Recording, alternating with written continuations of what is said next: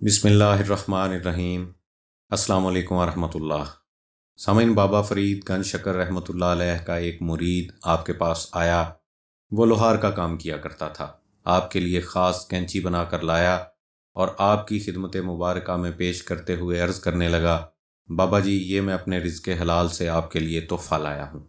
بابا فرید گنج شکر رحمۃ اللہ علیہ نے جب کینچی دیکھی تو مسکرا دیے اور فرمایا، بیٹا، درویش تحفہ رد نہیں کیا کرتے، البتہ جب اگلی مرتبہ آنا تو سوئی لے کر آنا۔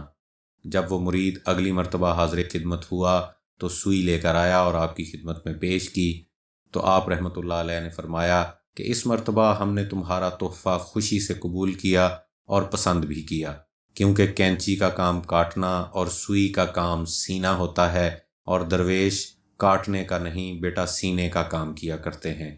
درویشوں کا کام محبت اور الفت کے رشتوں کی بنیاد رکھنا ہوتا ہے۔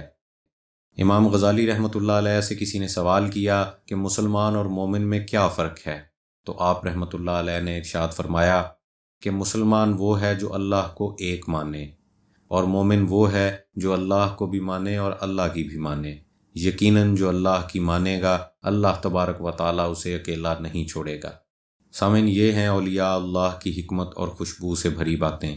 خوش رہیں، ایک دوسرے کا خیال رکھیں۔ السلام علیکم ورحمۃ اللہ۔